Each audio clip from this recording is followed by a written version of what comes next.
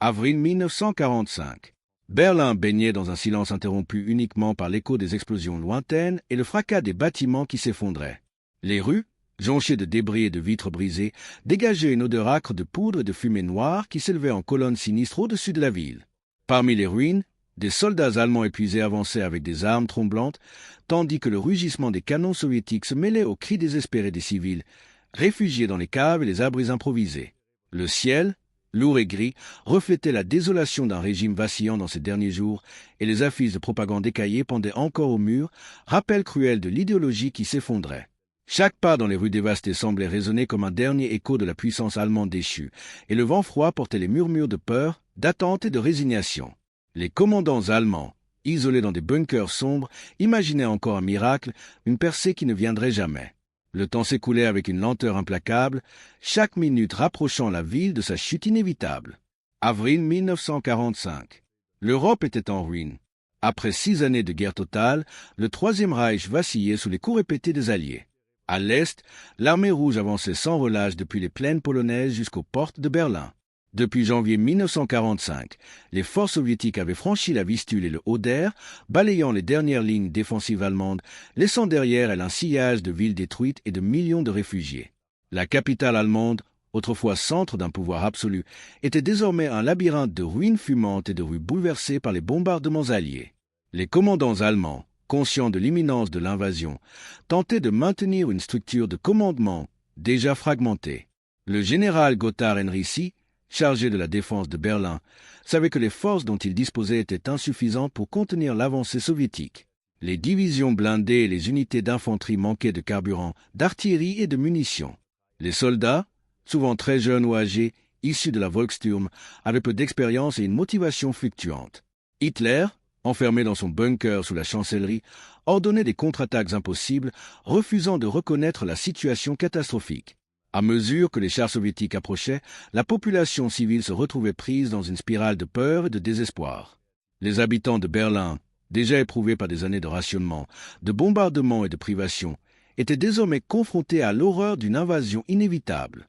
Les abris improvisés résonnaient de cris, de pleurs et du martèlement incessant des bottes allemandes précipitées. Des témoignages d'époque décrivent des familles entassées dans les sous-sols, écoutant les bruits de destruction au-dessus, essayant de comprendre si la ville allait survivre à la semaine à venir. Les dirigeants nazis avaient tenté, en vain, de maintenir un semblant d'ordre. Goebbels, ministre de la propagande, continuait à diffuser des messages d'espoir et de résistance, peignant la bataille finale comme un acte héroïque contre l'envahisseur bolchevique. Mais même ses discours les plus flamboyants ne pouvaient masquer l'évidence. L'armée allemande n'avait plus les moyens de lutter efficacement. Les rapports militaires de l'époque révèlent des pertes colossales. Certaines unités comptaient moins de 50% de leurs effectifs initiaux, et le moral des troupes s'effondrait à chaque bombardement ou contre-attaque ratée. Les soviétiques, de leur côté, étaient galvanisés par la perspective de mettre fin à la guerre et de venger les atrocités commises dans les territoires occupés. Les journaux de marche et les archives russes montrent une progression méthodique. Les artilleries lourdes pilonnaient les quartiers stratégiques, les chars T-34 franchissaient les ponts détruits, et l'infanterie avançait malgré les mines et les snipers allemands. Le contraste entre l'espoir soviétique et le désespoir allemand soulignait l'inéluctabilité de la chute de Berlin.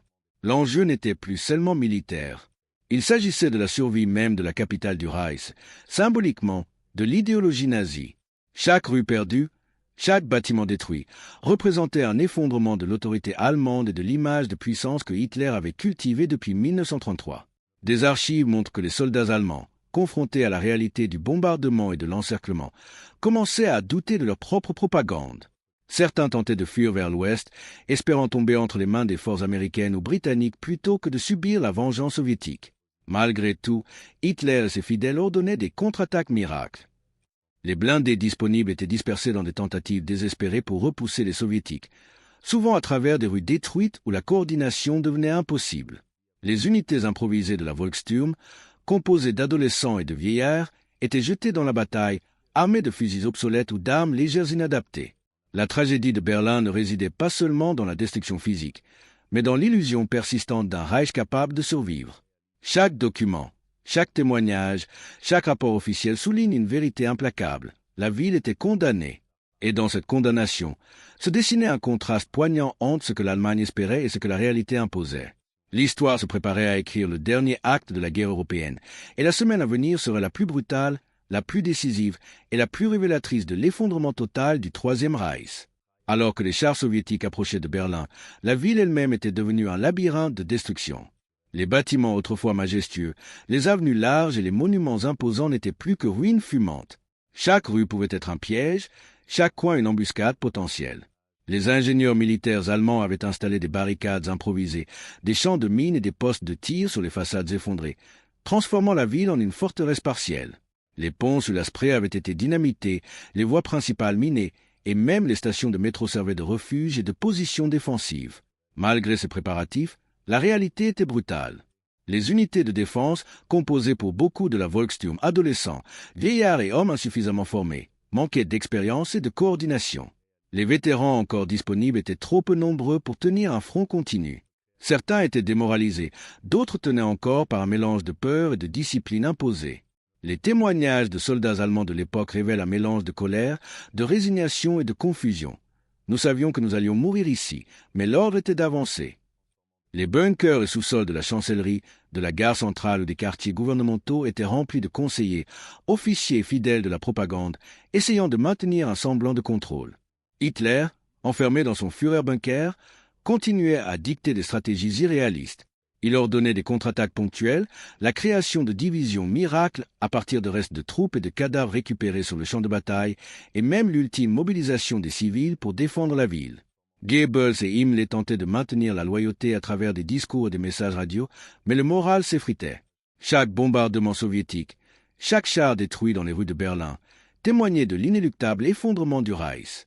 La psychologie des troupes allemandes et des civils était marquée par la peur, la fatigue et un sentiment de trahison. Beaucoup avaient cru jusqu'au bout à la grande victoire finale promise par la propagande, et la confrontation avec la réalité provoquait des crises profondes. Des soldats désertèrent ou se rendirent aux soviétiques, tandis que les civils tentaient de fuir vers l'ouest, parfois à pied à travers les lignes de front. Dans les bunkers et les abris, les familles entendaient le vacarme des bombardements et le martèlement des bottes, priant pour la survie de leurs proches.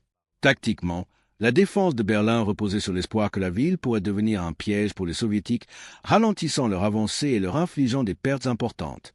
Les artilleries lourdes, positionnées sur les collines et les toits effondrés, tiraient sur les colonnes ennemies, tandis que les tireurs d'élite et les postes de mitrailleuses tentaient de ralentir la progression. Mais le nombre de troupes, la pénurie de munitions et l'absence de coordination rendaient ces efforts désespérés. Les soviétiques, avec leur expérience de combats urbains et leur supériorité en artillerie et en blindés, progressaient inexorablement. Un élément central de cette période était l'idéologie. Pour le régime nazi, la chute de Berlin représentait non seulement une défaite militaire, mais aussi l'échec de toute une vision du monde. Les forces allemandes et les civils étaient encore endoctrinés, certains jusqu'à l'extrême, croyant que chaque mort pouvait prolonger la survie du Reich. Cette combinaison de fanatisme et de désespoir rendait les combats particulièrement sanglants et chaotiques. Dans le même temps, les Soviétiques voyaient Berlin comme le point culminant de la vengeance contre l'Allemagne pour les atrocités commises sur le front de l'Est. La progression était méthodique et brutale. Les rapports de l'état-major soviétique montrent que chaque rue, chaque intersection était systématiquement prise et sécurisée, tandis que les troupes avançaient malgré les embuscades et les pièges improvisés. Le contraste était frappant, de l'espoir et du fanatisme du côté allemand à la discipline, la coordination et la détermination du côté soviétique. À ce stade, la ville était un théâtre de désespoir et de chaos, mais aussi de décisions cruciales. La dernière semaine de la guerre européenne allait déterminer non seulement la chute de Berlin, mais la fin du Troisième Reich lui-même. Les préparatifs, les espoirs et les illusions allemandes s'affrontaient désormais à la réalité soviétique, posant la scène pour les angles multiples de la bataille. Tactique, humaine, technologique, morale et idéologique. Angle humain. La dernière semaine de Berlin exposait crûment la fragilité de l'être humain face à la guerre totale. Les soldats allemands n'étaient plus que l'ombre de ce qu'ils avaient été quelques années auparavant. Adolescents arrachés à l'école et vieillards enrôlés dans la Volkssturm, ils se retrouvaient confrontés à une réalité que ni l'endoctrinement, ni l'expérience n'avaient préparée. Fatigue, faim et peur se mêlaient dans une torpeur constante, tandis que les bombardements soviétiques réduisaient en poussière les rues et les maisons qu'ils cherchaient à défendre. Des témoignages d'époque décrits des hommes marchant les yeux écarquillés, fixant des cibles invisibles, hésitant à tirer, paralysés par la conscience de l'inévitabilité de leur fin. Les civils, eux, vivaient dans des conditions d'horreur. entassés dans des sous-sols, partageant le peu de nourriture qu'ils avaient, essayant de rester silencieux lorsque les tirs et les explosions secouaient la ville. Le simple acte de respirer devenait un risque. Un pas mal placé pouvait signifier la mort. Pourtant, au milieu de cette détresse, des gestes de solidarité et d'humanité surgissaient. Partager un morceau de pain, protéger un enfant ou aider un voisin blessé apparaissait comme un acte de résistance silencieuse face à l'horreur. Angle tactique. D'un point de vue militaire, la défense allemande de Berlin était un amalgame de désespoir et de créativité improvisée. Les généraux allemands, avec des ressources limitées, tentaient de maximiser l'effet de chaque soldat, char et canon. Les barricades improvisées dans les ruines des immeubles et les postes de mitrailleuses sur les toits visaient à ralentir la progression soviétique. Les unités blindées, bien que rares, étaient utilisées pour des contre-attaques ponctuelles, souvent dans des rues étroites où les chars pouvaient piéger les assaillants ou protéger la retraite de l'infanterie. Pourtant, chaque tactique rencontrait l'implacabilité soviétique. Les chars T-34, robustes et adaptés aux combats urbains, franchissaient les rues dévastées, détruisant barricades et positions de tir avec une efficacité méthodique. Les tactiques de l'armée rouge combinaient artillerie lourde, frappe coordonnée et infanterie soutenue, créant un mouvement quasi inarrêtable. Les défenseurs allemands, malgré leur connaissance du terrain, étaient dépassés par la puissance et la discipline de l'ennemi. Chaque tentative de contre-attaque se soldait souvent par des pertes massives, accentuant le sentiment de fatalité chez les combattants. Angle technologique. L'aspect technologique de cette bataille finale révélait les limites de l'Allemagne en 1945. Alors que les Soviétiques disposaient de milliers de chars, d'artillerie lourde et d'unités coordonnées, les Allemands faisaient face à des pénuries de munitions, de carburant et d'armes modernes. Les panzers restants étaient souvent immobilisés par manque de pièces, et les canons antichars étaient trop peu nombreux pour arrêter la masse soviétique. Malgré tout, l'ingéniosité allemande se manifestait dans l'utilisation d'armes improvisées. Mines artisanales, explosifs cachés dans les ruines et armes automatiques récupérées servaient à ralentir l'ennemi, même si ces efforts étaient limités par la désorganisation et le manque de coordination. Dans les bunkers, les communications étaient fragiles, les messages se perdaient ou arrivaient trop tard pour organiser une défense efficace. Le contraste technologique soulignait une réalité cruelle. La supériorité soviétique n'était pas seulement numérique ou morale, mais également mécanique et logistique. Ces trois angles humains, tactiques et technologiques convergent pour peindre une image complète de la dernière semaine de Berlin. Des hommes et des femmes pris dans l'étau d'une machine de guerre qui dépassait leur capacité à se défendre, une ville transformée en champ de bataille où la peur et l'ingéniosité se mêlaient, et des forces allemandes dépassées par une adversité qu'elles n'avaient plus les moyens de contrer. Angle leadership. À Berlin, la figure de Hitler dominait encore le dernier acte de la guerre allemande. Dans son Führerbunker, il restait convaincu que la capitale pouvait être sauvée par des miracles stratégiques, ordonnant des contre-attaques irréalistes et mobilisant des unités disparates pour créer l'illusion d'une résistance cohérente. Les généraux, comme Helmut Wedling, commandant de la défense de Berlin, étaient pris entre l'autorité dictatoriale et la réalité du terrain. Wedling connaissait l'ampleur du désastre. Ses forts étaient fragmentés, ses munitions limitées et ses soldats épuisés. Pourtant, chaque ordre venait de la hiérarchie, et la discipline restait un outil pour contenir l'inévitable. La tension entre ordre et réalité était palpable. Hitler exigeait la fidélité totale, tandis que ses officiers de terrain devaient improviser des stratégies pour protéger ce qui restait de la ville. Goebbels, de son côté, intensifiait la propagande pour maintenir le moral, présentant chaque victoire temporaire comme un triomphe héroïque. Mais ces illusions se heurtaient à la brutalité du combat et à l'effondrement logistique. L'angle leadership révèle que la guerre n'était pas seulement une bataille sur le terrain, mais aussi une confrontation entre idéologie, autorité et survie humaine. Angle ennemi. Pour les Soviétiques, Berlin représentait la fin d'un long parcours marqué par des sacrifices immenses. L'armée rouge avançait avec une discipline et une coordination impressionnantes, utilisant des tactiques urbaines perfectionnées après des années de combats sur le front de l'Est. Les journaux de marche soviétiques décrivent des colonnes d'infanterie soutenues par l'artillerie et les chars, nettoyant méthodiquement chaque rue, chaque bâtiment. Les pertes allemandes, souvent désordonnées, étaient amplifiées par la supériorité numérique et technique soviétique. Les soldats soviétiques ne combattaient pas seulement pour le gain territorial, mais aussi pour venger les atrocités nazies en URSS. Cette motivation ajoutait une dimension morale et émotionnelle à leur progression. La guerre n'était plus abstraite, elle devenait personnelle. Les archives rapportent des troupes chantant ou scandant des slogans pendant les assauts, mêlant discipline militaire et exutoire psychologique. L'ennemi, dans ce contexte, n'était pas seulement une force à vaincre, mais un symbole de revanche et de justice. Angle moral et idéologique. La dernière semaine de Berlin illustrait un affrontement idéologique autant que militaire. Pour les Allemands, la chute imminente de la ville signifiait l'effondrement de la vision du monde nazi. La suprématie raciale, la discipline absolue et la fidélité au Führer étaient désormais confrontés à la réalité du désastre. Les civils et les soldats devaient faire face à une contradiction tragique. Continuer à croire en l'idéologie ou accepter la fin inévitable et chercher la survie. Le contraste avec les soviétiques était saisissant. Chaque avancée rouge renforçait la certitude que l'idéologie nazie n'était qu'une façade fragile, incapable de résister à la détermination, la discipline et la résilience humaine. Dans les rues détruites, la peur et la fatigue se mêlaient à une clarté brutale. L'idéologie ne pouvait plus protéger la vie, ni imposer la victoire. Les actes de résistance allemands, bien que parfois héroïques, étaient désormais des gestes isolés dans une ville où la machine soviétique avançait inexorablement. La combinaison de ces trois angles, leadership, ennemi et idéologie, met en lumière le contraste fondamental de la dernière semaine de Berlin.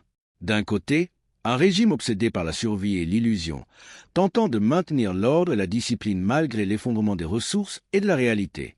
De l'autre, une force organisée, motivée et méthodique, déterminée à conclure le conflit et à libérer les territoires conquis. Ce contraste définit le climat de désespoir, d'urgence et de tragédie humaine qui prépare le terrain pour le climax de la bataille, lorsque la chute de Berlin deviendra irréversible. Le 16 avril 1945, à l'aube, l'armée rouge franchit l'Oder et entre dans la périphérie de Berlin. Les premières colonnes de chars T-34 et de canons automoteurs avancent sous une pluie froide, traversant des champs dévastés où les villages ont été réduits en cendres. Les officiers soviétiques coordonnent chaque mouvement avec une précision presque mécanique, relayant les ordres dans les radios portatives et utilisant des signaux visuels pour synchroniser l'infanterie et les blindés. Chaque rue est planifiée, chaque intersection est préparée pour l'assaut. Pour les défenseurs allemands, c'est un choc. La réalité du nombre de la discipline ennemie dépasse de loin les espérances. Des quartiers entiers tombent presque immédiatement sous le feu soviétique et les positions fortifiées sont balayées par l'artillerie lourde. Les bunkers, censés protéger les officiers et les troupes, sont pilonnés et les ponts sur la Spree explosent sous les tirs coordonnés. Les commandants allemands réalisent rapidement que les contre-attaques, aussi courageuses soient-elles, ne peuvent contenir la marée rouge. Dans les rues, le combat devient corps à corps. Les soldats de la Volkssturm, armés de fusils obsolètes et de grenades artisanales, tentent d'arrêter les colonnes soviétiques, mais sont rapidement submergés. Les blindés allemands, rares et dispersés, sont détruits ou immobilisés. Des témoignages rapportent que les chars T-34 passaient à travers des barricades improvisées, écrasant voitures et débris, tandis que les soldats soviétiques prenaient les positions ruinées et avançaient vers les prochains objectifs. L'angle humain de ce point culminant est frappant. Dans les sous-sols et les ruines, civils et militaires se confondent. Les femmes, les enfants et les vieillards observent la progression des combats depuis des fenêtres brisées ou des abris improvisés. La peur et le désespoir se mêlent à des éclairs de courage. Certains soldats allemands, conscients de la défaite imminente, se battent malgré tout pour protéger ce qui reste de leur quartier ou pour permettre à des civils de fuir. Des photographies et des rapports contemporains montrent des scènes où des hommes et des femmes partagent des vivres, déplacent les blessés et tentent de guider les enfants à travers les ruines.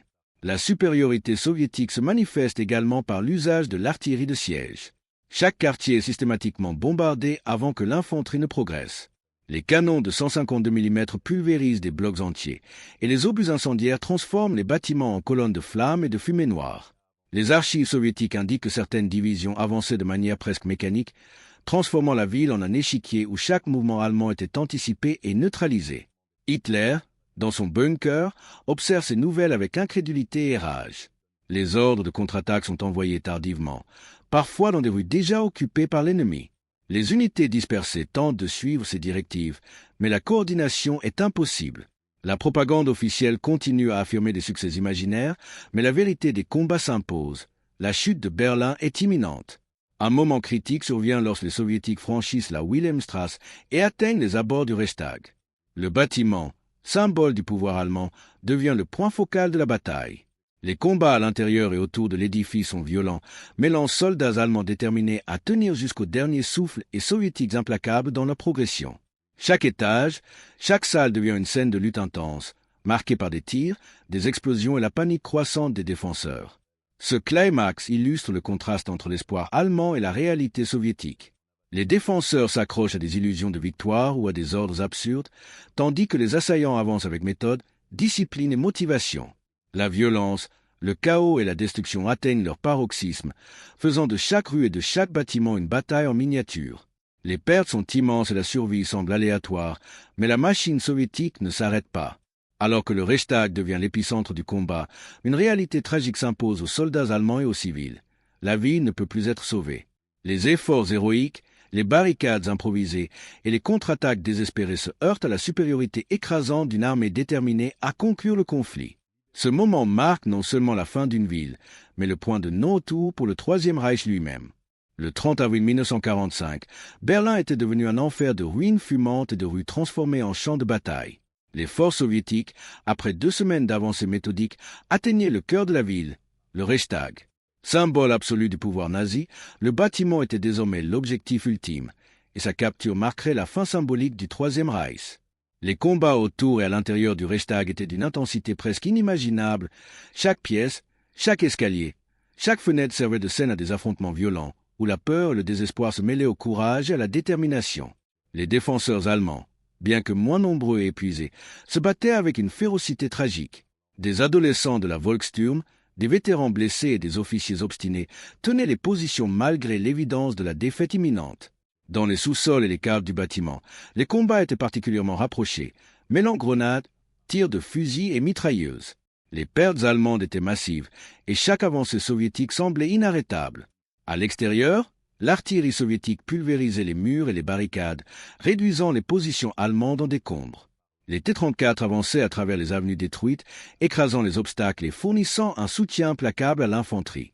Les soldats soviétiques, galvanisés par la vengeance contre les atrocités nazies, progressaient avec discipline et méthode. Les rapports soviétiques indiquent que l'assaut final du Reichstag impliqua des dizaines de groupes d'assaut coordonnés, chacun chargé de sécuriser un étage ou un secteur particulier, éliminant systématiquement les poches de résistance. À l'intérieur du Führerbunker, la situation était désespérée. Hitler, entouré de ses proches, prenait conscience que la ville était perdue. Des documents et témoignages de l'époque montrent qu'il rédigea ses dernières directives et pensées avant de mettre fin à ses jours, laissant un vide de commandement qui scellait le destin de Berlin. La reddition n'était plus une option pour lui, mais elle devenait inévitable pour les troupes dispersées et les civils acculés. Le 2 mai, le général Helmut Wedling, commandant de la défense de Berlin, ordonna officiellement la reddition de la ville aux forces soviétiques. Les combats se poursuivirent néanmoins dans certains quartiers pendant encore quelques heures, chaque rue transformée en champ de bataille miniature. Les unités allemandes, désorganisées et sans communication, étaient progressivement submergées et les soldats survivants se rendaient pour échapper à une mort certaine. La ville, une fois symbole de puissance et d'idéologie, était désormais un amas de ruines, un témoignage silencieux de l'effondrement total. Le climax de cette semaine finale montre également l'ampleur des pertes humaines. Les archives militaires allemandes et soviétiques recensent des dizaines de milliers de morts, blessés et disparus dans les combats urbains. Civils et militaires furent pris dans la tourmente et les survivants témoignaient de scènes de destruction et de désolation presque inimaginables. Les journaux soviétiques rapportent l'enthousiasme et la fatigue des troupes, tandis que les témoignages allemands expriment un mélange de choc, de résignation et de terreur. Symboliquement, la chute du Reichstag représente bien plus qu'une victoire militaire. Elle marque la fin de l'illusion d'invincibilité d'un régime, la défaite de l'idéologie nazie et le début d'une transformation pour l'Europe et le monde.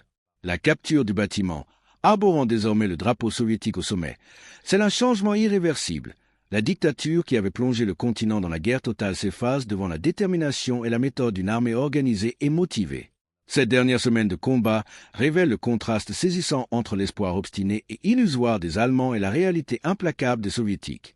Elle met en lumière la dimension humaine du conflit. Courage, peur, sacrifice et résilience. La tactique, la technologie et l'idéologie convergent ici pour créer un moment historique où la tragédie et la grandeur humaine se côtoient, laissant une empreinte indélébile dans l'histoire de la Seconde Guerre mondiale. Alors que le soleil se couche sur Berlin en ruine, les premières unités soviétiques pénètrent dans les quartiers centraux et la ville entière semble retenir son souffle. La chute du Reichstag n'est pas seulement un événement militaire. C'est la fin d'un ordre, d'une idéologie et le prélude à un monde nouveau où la survie, l'abondance et la reconstruction commenceront à prendre racine dans les décombres de la capitale allemande. Le 2 mai 1945, avec la reddition officielle de Berlin, le voile de la guerre se leva sur une ville transformée en champ de ruines. Les bâtiments autrefois imposants n'étaient plus que carcasses de béton et de pierre, déchiquetés par les bombardements, les incendies et les combats de rue. Les avenues qui avaient été des symboles de grandeur impériale étaient désormais sillonnées de décombres, de carcasses de véhicules et de corps abandonnés. Le Reichstag, symbole de pouvoir et de contrôle, affichait au sommet le drapeau soviétique, un témoignage concret de l'effondrement d'une idéologie qui avait dominé l'Europe pendant 12 ans. Les pertes humaines étaient abyssales. Les estimations militaires font état de dizaines de milliers de soldats allemands tués dans les combats de Berlin et des milliers de civils pris au piège des bombardements et des combats de rue. Les archives soviétiques indiquent des pertes parmi leurs troupes comprises entre 70 000 et 80 000 hommes, incluant les morts et les blessés, reflet du coût humain élevé même pour l'armée victorieuse. Les témoignages des survivants décrivent des rues jonchées de corps, des familles décimées et des quartiers entiers vidés de vie. Dans ces conditions, la survie n'était plus seulement une question de stratégie, mais un hasard cruel dicté par la chance et la vigilance. Les infrastructures de la ville avaient été détruites au point de rendre toute logistique impossible. Les ponts et les voies ferrées étaient détruits, les usines anéanties et l'approvisionnement en nourriture en ont rendu quasi inexistant. La population civile se retrouvait dépendante des secours soviétiques, des stocks locaux restants et de la récupération des décombres. Dans de nombreux cas, ce fut le pain, l'eau et les soins médicaux improvisés qui devinrent les symboles de la survie dans la ville assiégée. Chaque morceau de pain partagé dans les abris ou distribué par les troupes victorieuses incarnait l'idée même d'abondance et de rétablissement après la catastrophe. Stratégiquement, la chute de Berlin signifiait la fin effective du Troisième Reich. L'effondrement du commandement central et la capture de la capitale mirent un terme aux derniers espoirs allemands de renversement militaire ou de négociations avantageuses. Les rapports de l'état-major soviétique montrent que l'occupation de la ville permit aux forces alliées de rediriger leurs troupes vers d'autres zones et de consolider le contrôle sur l'Europe centrale. Le symbole de Berlin tombé eut également un impact psychologique majeur sur le reste de l'Allemagne, accélérant la capitulation de l'armée et la fin de la guerre en Europe le 8 mai 1945. L'après-coup révèle aussi un contraste humain saisissant. Alors que certains soldats allemands capitulaient, désorientés et épuisés, d'autres étaient encore prêts à défendre les dernières positions avec une obstination tragique. Les civils, eux, devaient faire face à la réalité de la défaite. La peur des représailles, le manque de ressources et l'incertitude quant à leur avenir immédiat. Des photographies et des témoignages contemporains montrent des scènes de désolation. Familles errant dans les rues, enfants cherchant des survivants parmi les décombres et hommes tentant de récupérer ce qui restait de leurs biens pour subsister. Malgré la destruction, des signes de résilience apparaissaient déjà. Les Soviétiques installaient rapidement des postes pour maintenir l'ordre, distribuaient de la nourriture et de l'eau et sécurisaient les zones les plus dangereuses. Ces gestes, simples mais essentiels, posaient les premières pierres d'une reconstruction et symbolisaient un contraste puissant avec les jours de chaos et de peur qui venaient de s'écouler. Ainsi, la chute de Berlin ne fut pas seulement une victoire militaire soviétique, mais un événement révélateur de l'ampleur de la destruction humaine et matérielle causée par la guerre. Elle montrait combien l'idéologie et la discipline militaire pouvaient s'effondrer face à la réalité du terrain, de la logistique et de la supériorité organisée de l'adversaire.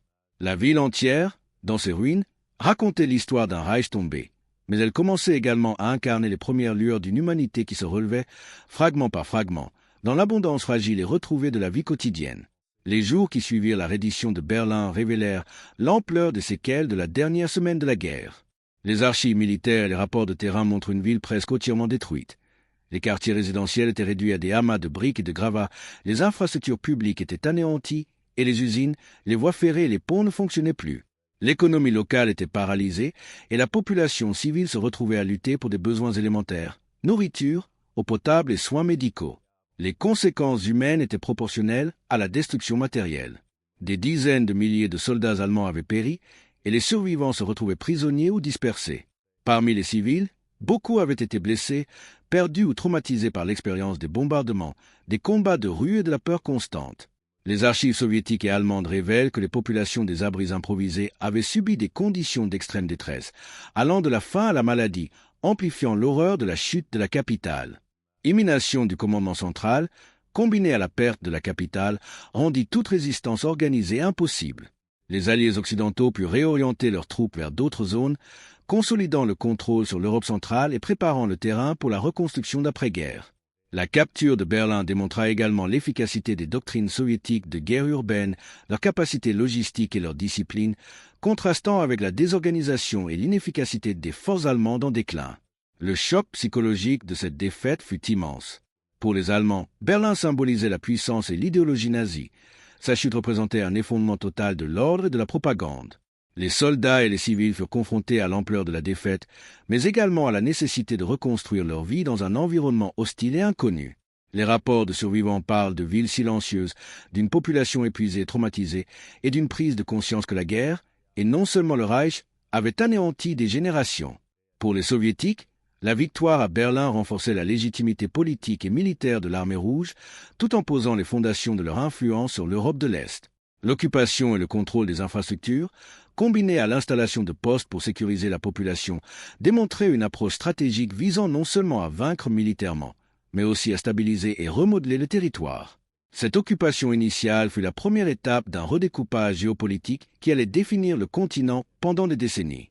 Symboliquement, la chute de Berlin permit également de réfléchir sur la fragilité des régimes totalitaires et la résilience de l'humanité.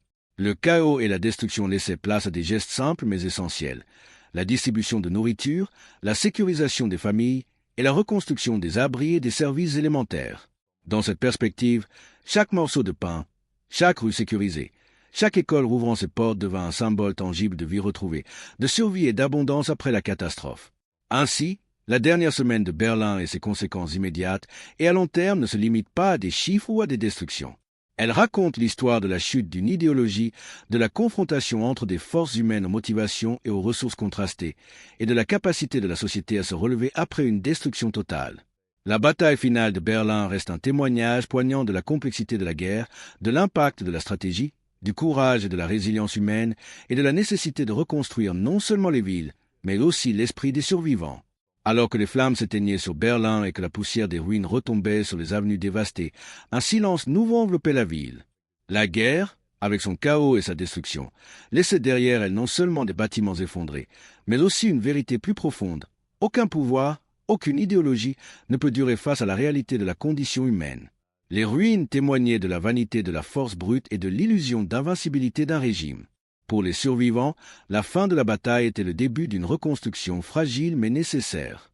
Chaque morceau de pain distribué, chaque abri sécurisé, chaque rue rendue à la vie quotidienne devenait un symbole d'abondance retrouvée, de survie et de liberté. Le simple fait de respirer dans une ville libérée, de marcher sans craindre le feu des canons, incarnait la victoire de l'humanité sur la peur et l'oppression. L'ombre des chars et des fusils laissait place aux gestes de solidarité et aux premières initiatives de reconstruction. Historiquement, Berlin démontrait une leçon universelle. La guerre ne détruit pas seulement les villes, elle ébranle les idéologies, teste la résilience des sociétés et révèle les contradictions entre l'illusion et la réalité. Les Soviétiques avaient remporté la victoire militaire, mais c'est la population civile, à travers sa capacité à survivre et à reconstruire, qui portait en elle la véritable force d'un renouveau. L'abondance, la sécurité et la liberté ne sont jamais acquises par la seule puissance, mais par l'équilibre entre courage, humanité et détermination. Ainsi, la dernière semaine de Berlin devient plus qu'un récit de destruction.